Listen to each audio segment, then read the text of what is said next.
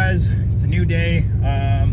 It's been a long time since I posted, and I'm really looking forward to getting this video out and many more. I have a lot of videos that I've been trying to make, but there's been a lot of crazy stuff going on in my life. So as far as getting uploads out, it's been pretty tough. I have been getting some recording now and again, so just know that there is videos coming. But on to today's video. I'm in the Duramax. I got some new parts coming in for it. Actually, they have all arrived, so we're going to be doing a bunch of work to this thing. So what's happening is I have a new lift. I'm actually putting a lift kit in the truck and some new wheels, tires, and I'm also throwing a redhead steering gear at it. So it's going to be a nice tight front end. But I must say, this is no normal lift kit. Most lifts keep the torsion keys and just drop all the suspension down a little bit. The lift I got actually is the leading the keys, and we are putting in a coil-over setup. So this is the BDS 4.5 inch coil-over conversion kit for the Duramax, and it's supposed to be some pretty serious suspension upgrades for this thing. So we'll go out. You can see how the stock suspension does over these bumps. And then once we get the lift in, we'll get some good after clips, and you can see the difference that the lift makes. Hopefully, I'm really hoping this lift does wonders, and I have faith in BDS and Fox that this will do really good.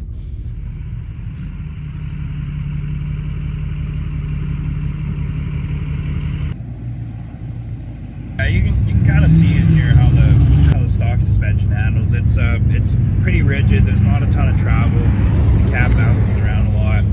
It's just a stock 3/4 ton torsion bar setup. So what we're gonna do now is we're gonna get all these parts out. We're gonna get set up here, and then I'll get the truck on stands, and we're gonna start tearing into this thing. So sit back and enjoy, and we'll see you when this thing's all buttoned up.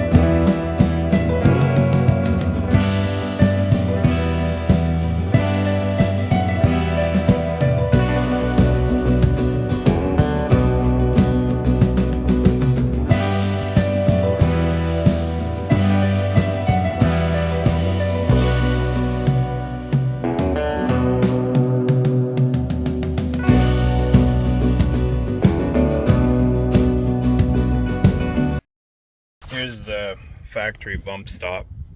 That's all that's left of it. So that was completely gone.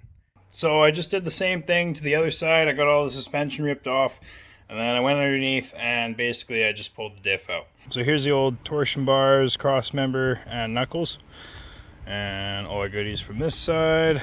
Control arm. Here's the diff. And all the stuff from this set.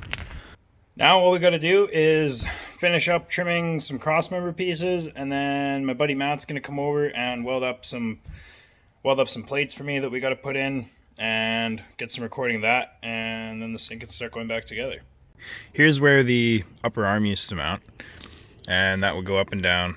And the way this little bracketry works here is when your arm comes down, it hits the droop limiter, so that's what this plate is. And then as it comes up, your lower arm hits this not so bump stop that's very destroyed. Anyways, they want this whole bracket cut out of here because with the new coilovers, it has a bump stop built into it and limit as well. So I gotta come in here and hack it, all this, and do it very painfully in sections.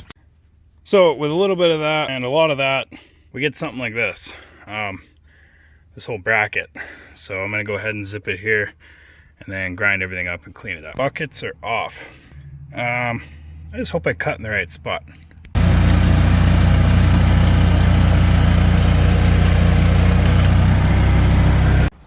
Okay, so Mac came and he welded this plate in for us, and it looks awesome. Just got to clean it up a bit, and then one other thing they want you to cut is the upper diff mount, because the diff drops down and you got to clear the steering. So there is a new mount that bolts into these holes and comes out here. So we'll get that installed here. I'm going to pressure wash everything off though, get it clean.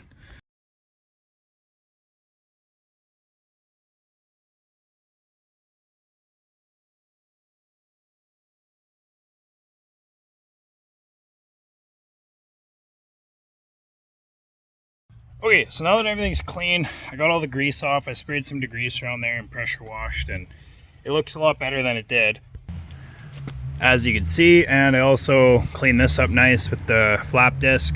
So we're gonna let this dry out. I'm gonna go get a wire wheel to get some of this rust off, and then we'll get some paint. And I also have to get some power steering fluid because I just realized the reservoir is empty.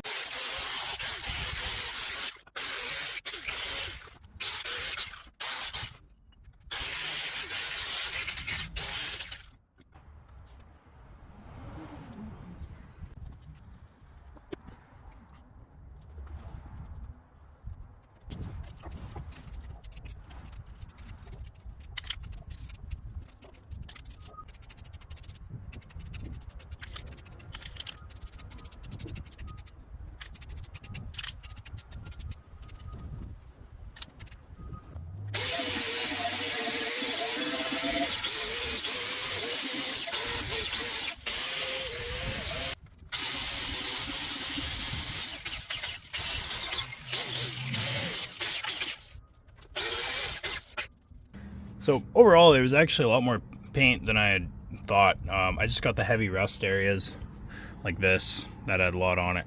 So I'm just gonna do the spots I can't get with the grinder by hand. I have a Scotch-Brite, and then I'm gonna get in here and throw some cardboard in behind the frame here to protect everything, and then yeah, we'll do a quick spray bomb job.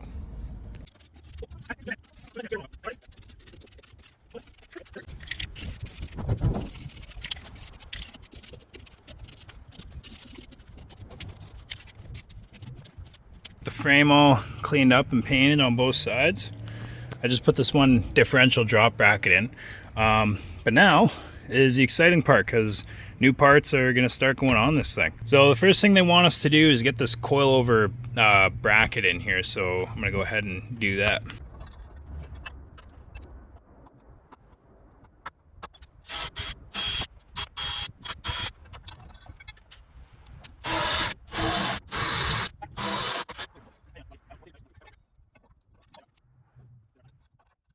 Now the tricky part. So they use these tanged washers, you can see, and you gotta hold it in through these little holes in the control arm pockets and then start the bolt. So it is a little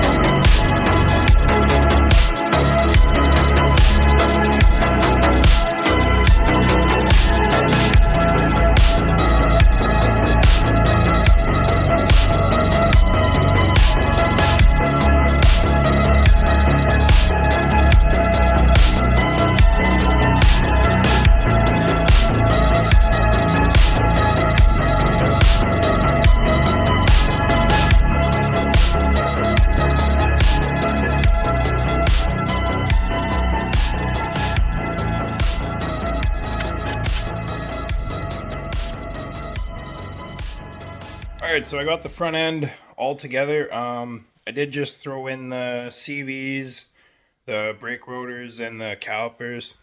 And then I also got the sway bar hooked up. But other than that, I was just I was fighting with the brake line brackets to get the OEM little steel brackets bent off of there. And I hope I didn't pinch a brake line, but we'll find out later. Anyways, all I have left to do before I throw the wheels on is tie up the rest of this brake line and ABS wiring. Make sure it all looks nice and it won't rub anywhere. And then, yeah, we're gonna try and get this thing sitting on its own weight, and then we can make some adjustments. All right, so the biggest issue I'm having right now is, well, actually this is the only main issue I have. The sway bar is hitting the tie rod, and I think it's partly to do with the Kryptonite tie rods, but also the way my the idler arm was set up. So adjusting the idler arm helped a ton with this. It still touches a little bit at full droop when I'm fully turned to the right, which is toward me. But honestly, for the amount of contact I'm gonna have there, I'm not gonna worry about it right now. If I notice it starts really hammering when I'm fully cranked over bumps, then I'll probably try and switch something up in here.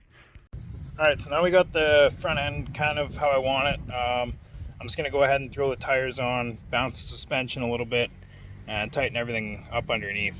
Let's go ahead, I'm going to get the front end done, and then we're going to start on the back.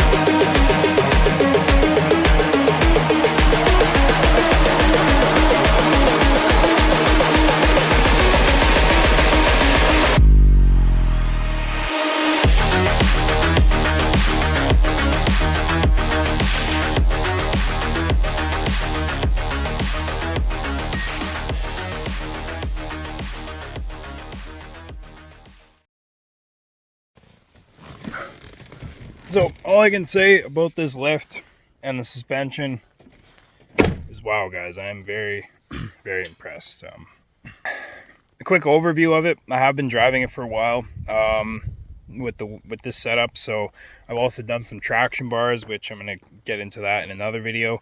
But the suspension itself is unreal. So up front, these coilovers are doing their job amazingly at speeds and at low speeds. A little bit about them actually. So they're a coilover remote reservoir, and you have a high speed, which is this blue adjuster, and your low speed adjuster. So there's detents, and you set it as you please.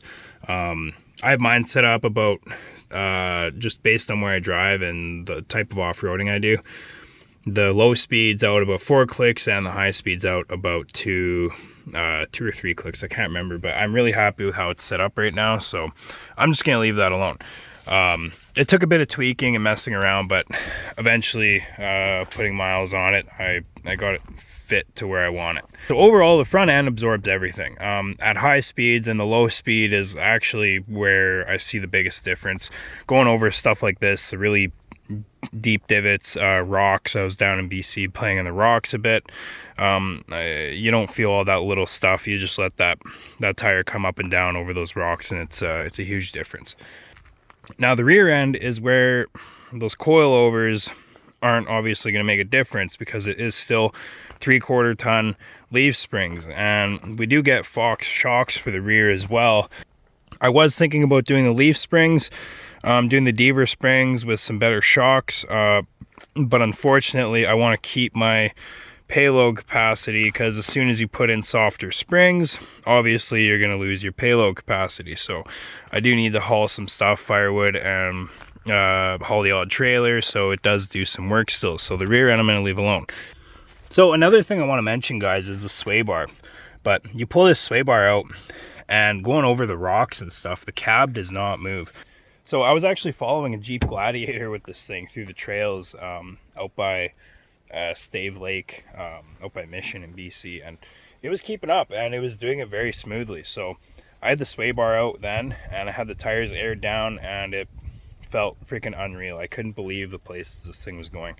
Obviously, being a 3/4 ton truck, it does suffer on the hills a little bit. I was spinning all fours, and it was having a hard time climbing some of the hills that the Gladiator was doing. But as far as comfort wise and suspension travel and everything else, it was doing really good. So huge upgrade from factory. If you're going to be doing any sort of off-roading or rough highways, I highly recommend this kit. If you're just going to be cruising around town and you don't do much off-roading, and you know that suspension isn't going to be getting worked like that, and you have nice highways, everything else, then I don't think it's worth it. Honestly, I know these are stiff trucks from factory, but as long as you keep those leveling keys out of them, they do stay fairly smooth in town and on the highway and everything else. But as soon as you get into more off-road stuff, rougher roads, you do notice a difference. It's been blowing me away for the past 30,000 kilometers, which is what I have on this kit now. So, but anyways, guys, this video was long awaited, and I'm happy to say that I can get it posted now. As always, any questions in the comments, I'm usually pretty quick to answer, usually in a day or so. So any questions about the kit, the truck, anything at all, really, yeah, just fire them down in the comments, and I'll answer them to the best I can. So yeah, don't forget to like and subscribe, guys, and I have more videos coming, and I even have something new, which is going to be coming to the channel, so I'm pretty excited to show that off as well. But that's all I got for this one, guys. Hopefully I covered everything, and make sure you hit that like and sub button, and I'll be sure to see you in the next one.